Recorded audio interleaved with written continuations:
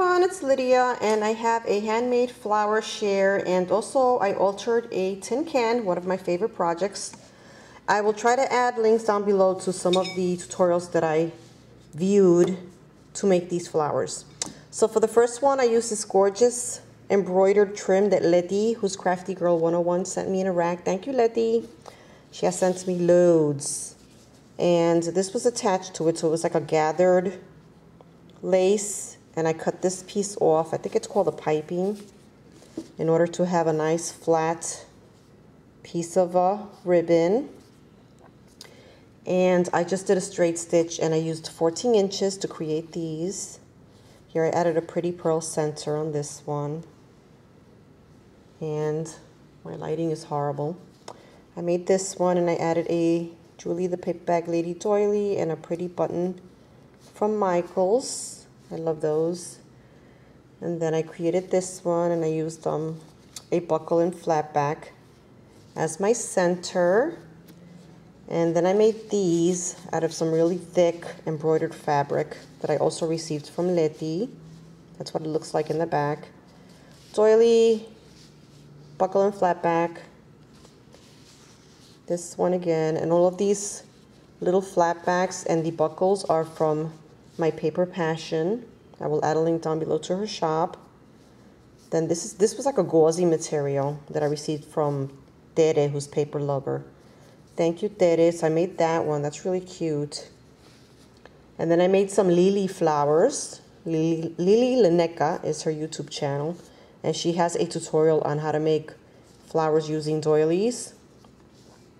So I made this one, and I just added a flower in the center here, and one of these bling pieces from Michaels with a bloomer. And then this one has a center pretty little crochet flowers that I received from Melanie Barnes. Thanks, Melanie.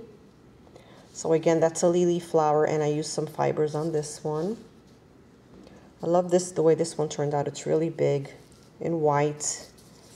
And I used the center that I received from Lori, Just a Girl from the Bay. Thanks, Lori. So beautiful and sparkly. And some fibers. And I do have, I layered another bloomer here. Some more with the thick fabric. That one. This one. This one's really cute, nice and dainty. I just have a pearl, flatback pearl, and a Julie the Paper Bag Lady doily on this one. This one has a tiny crochet flower.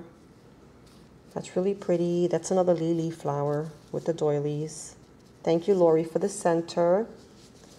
And then on this one, I used a different shaped doily that I got from the Paper Bag Lady. Oops, did I drop it? Oh, I don't know. Oh, here it is. It looks like this. It's this shape. I just purchased a bunch from Julie the Paper Bag Lady. So that's the flower that I got from that doily. And I like the way that turns out. And then on this one, I added this organza bloomer flat back. That's the same weird shaped doily.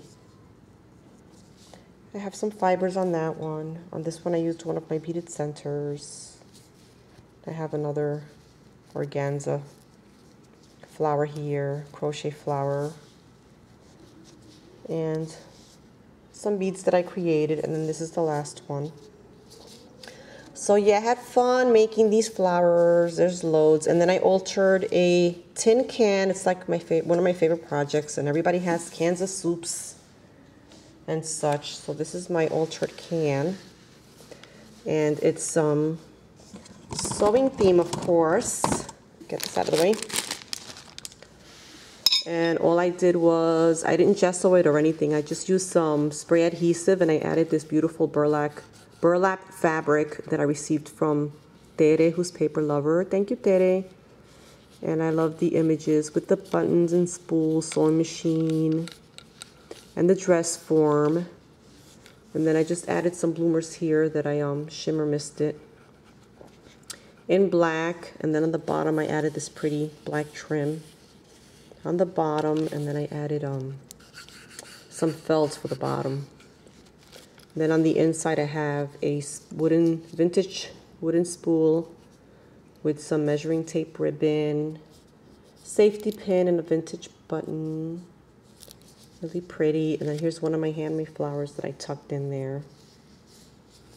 one of my lily flowers, and then I have a pretty die-cut dress form that I received from Tere, and I just wrapped some seam binding, garment pin, and a thimble charm. Then I have some vintage seam binding here in this color. I thought that matched well with my project. And I also tucked in some dressmaking tissue paper, I forgot what that's called. And then on the inside I just added some book pages. And I altered this clothespin, I left it bare. I just added a doily and this beat up vintage button. Looks like a dog chewed on it. And some twine. And then I just punched a hole and added a pretty charm here, and I added a sewing machine, scissor, and a pearl. So that's my super cute altered tin can. Those are my favorites. I love altering tin cans. One of my favorite projects. And my handmade flowers. Thanks for watching, everyone. Post a comment if you wish and subscribe. Have a fabulous day. Bye.